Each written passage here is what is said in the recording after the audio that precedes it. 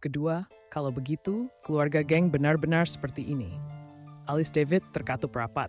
Dia tidak percaya Delia benar-benar seperti ini. Ketika dia ditangkap, Delia menangis dan berkata bahwa dia akan menunggu dia keluar dan keduanya akan menikah. Bagaimana jadinya seperti ini? David memutuskan untuk meminta Delia mengklarifikasi. Namun pada saat ini, pintu tiba-tiba dibanting dengan kuat. Begitu kuat hingga hampir membuat pintunya roboh.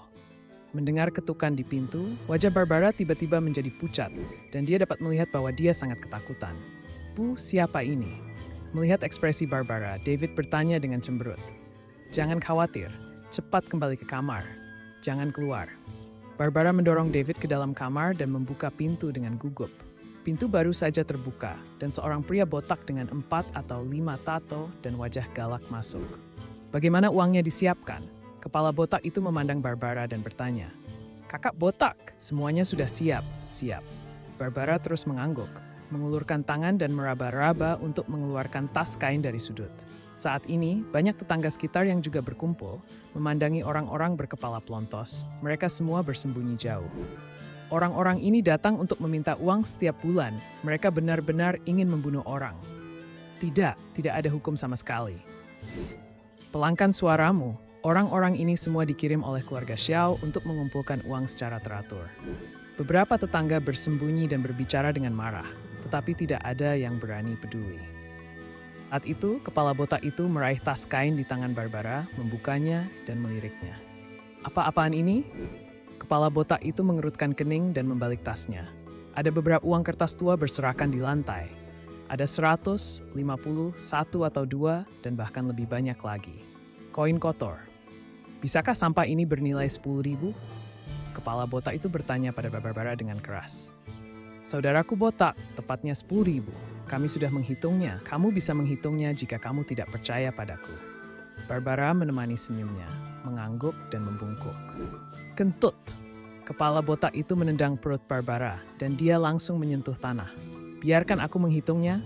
Saya tidak punya waktu, jadi beri saya 100 lembar uang. Mama. David bergegas keluar dari ruang belakang dan buru-buru membantu Barbara berdiri. Mata dingin menyapu orang-orang botak, dan matanya bersinar dingin. Orang-orang berkepala pelontos itu tertegun sejenak, dan mereka semua bergidik di depan mata David. David, siapa yang menyuruhmu keluar? Cepat masuk kamar, jangan khawatir. Barbara dengan putus asa mendorong David ke dalam kamar. Bu, karena aku keluar, biarkan aku yang menangani masalah ini. Kamu duduk.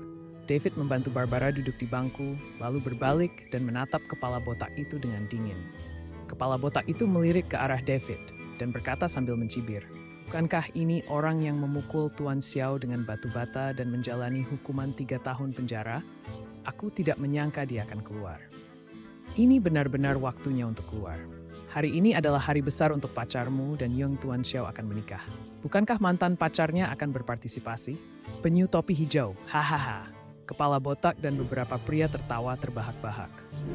Apa katamu? David mengerutkan kening, matanya penuh rasa tidak percaya. Aku berkata bahwa wanita yang membuatmu dipenjara karena dia akan menikah dengan Tuan Muda Xiao hari ini. Pernikahannya dilangsungkan di Hotel Regal, tapi mewah. Mengapa kamu tidak melihatnya? Kepala botak itu memandang David dengan ekspresi mencibir. Alis David semakin berkerut, tangannya mengepal erat. Di belakangnya wajah Barbara berubah, dan dia gemetar karena marah. Bagaimanapun, putranya dipenjara karena Delia itu, tapi dia tidak menyangka wanita ini akan menoleh dan menikahi musuhnya. Kamu berlutut dan meminta maaf kepada ibuku, dan aku bisa mengampuni nyawamu. Cahaya dingin melintas di mata David, dan niat membunuh muncul dari tubuhnya. Suhu di dalam ruangan tiba-tiba turun sedikit, dan tawa orang-orang botak berhenti tiba-tiba. Setelah beberapa saat, kepala botak itu bereaksi dan berkata dengan marah. Apa katamu? Anda meminta saya untuk bersujud dan meminta maaf? Dengan kepala botak itu, dia menghajar David dengan sebuah pukulan. Dengan sosok David yang kecil, pukulan tersebut mampu membuat David terjatuh ke tanah. Tapi siapa tahu, saat si kepala botak baru saja muncul, David diusir. Pria botak itu tiba-tiba jatuh ke tanah sambil memegangi selangkangannya, berkeringat deras kesakitan dan terus-menerus berteriak. David, kamu tidak bisa bertarung lagi. Mendengarkan ratapan kepala botak, Barbara buru-buru meneriaki David. David dipenjara karena serangan itu.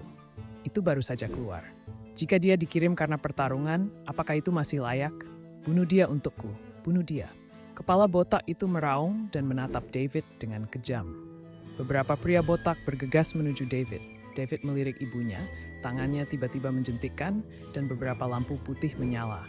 Dan semua orang itu merasakan kaki mereka mati rasa, dan mereka semua jatuh ke tanah. Kali ini, kepala botak itu terkejut dan memandang David dengan tidak percaya. Rasa dingin keluar dari hatinya. Para tetangga di luar melihat pemandangan di depan mereka. Mata mereka membelalak, dan beberapa tidak percaya. Minta maaf pada ibuku. Suara sedingin es David terdengar lagi. Kepala botak itu ragu-ragu sejenak, tapi melihat mata David yang dingin, dia hanya bisa berlutut di tanah. Maaf, kepala botak dan beberapa bawahannya mulai meminta maaf. Pergilah, David melambaikan tangannya. Dia tidak mau membunuh di depan tetangga dan ibunya. Jika dia ingin membunuh gangster kecil ini, itu hanya masalah menjentikkan jarinya. Kepala botak itu ditopang oleh bawahannya dan berdiri menatap tajam ke arah David. Dan mereka tertatih-tatih pergi. Jelas dia tidak yakin. Tapi David tidak takut dengan balas dendam si kepala botak.